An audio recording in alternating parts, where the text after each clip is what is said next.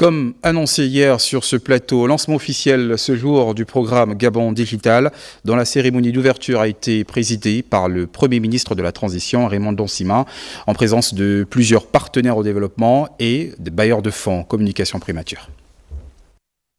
Procédant au lancement officiel de ce vaste projet de Gabon Digital, le Premier ministre chef du gouvernement de la Transition, Raymond Donsima, a indiqué les nombreux avantages qu'offre l'automatisation de tous les segments de la société, principalement pour accroître les performances de l'administration. L'administration était en queue de peloton par rapport au reste de la société, mais qu'elle s'apprête à prendre l'envol à son tour. Certes un peu tardivement, comme la chouette de Minerve, mais avec une vision claire qui est d'accroître l'efficacité et la transparence de notre administration afin qu'elle serve mieux nos concitoyens. La vision du gouvernement de la transition est bien évidente sur la digitalisation. La digitalisation permettra aux administrations d'améliorer leur processus de communication et de collaboration interne.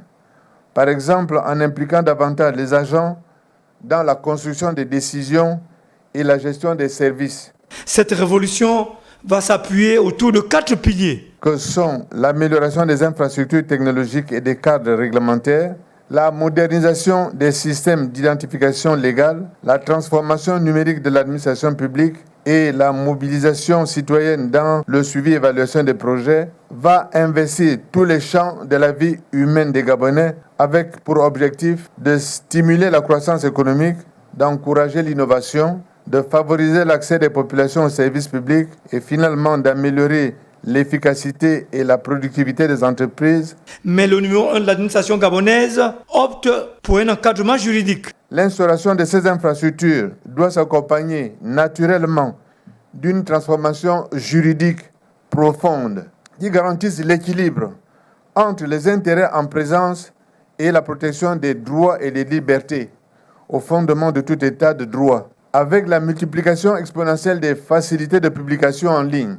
engendrant des effets potentiellement néfastes pour la réputation des individus, il me paraît tout aussi essentiel que soit instaurée en même temps une régulation du système, compte tenu des risques importants, par exemple, sur le respect du droit à la vie privée, avec l'inquiétante hypermnésie collective qu'encouragent les plateformes numériques, que fera peser cette digitalisation sur les utilisateurs. Autant affirmer ici, sans embâche et de manière indéniable, que le lancement de Gabon Digital constitue, on ne le dira jamais assez, un tournant décisif dans le développement socio-économique, politique et culturel de notre pays.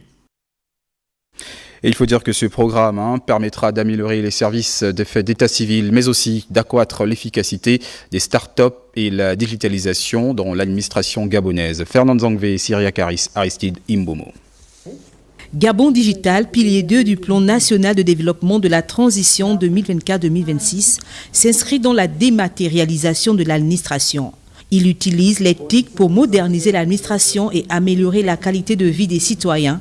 L'objectif poursuivi dans cette démarche, qui se veut à la fois ambitieuse et réaliste, est d'intégrer le numérique au cœur de notre administration pour atteindre l'efficacité, celle d'un Gabon où personne n'est laissé pour compte, où la performance. Gabon Digital s'inscrit dans les objectifs plus larges de la Banque mondiale, laquelle a mis à disposition 44 milliards de francs CFA pour soutenir cette action concrète. Gabon Digital vise à accélérer la transformation numérique du Gabon, notamment à travers l'adoption des services publics numérisés, donc la transformation de l'administration publique. Ça va faire en sorte que les procédures administratives soient réduites. Ça fera en sorte que la souveraineté numérique du Gabon soit réelle parce que nos données sont éparpillées à travers le monde. Nous allons les ramener au Gabon, les stocker dans un centre que nous appelons le centre de données qui est appelé le Data Center, comme ça se passe partout dans le monde. La transformation du numérique est un voyage et non une destination. L'enjeu est que tous les Gabonais bénéficient de cette initiative, de cette plateforme qui va se mettre en place pour moderniser l'administration gabonaise.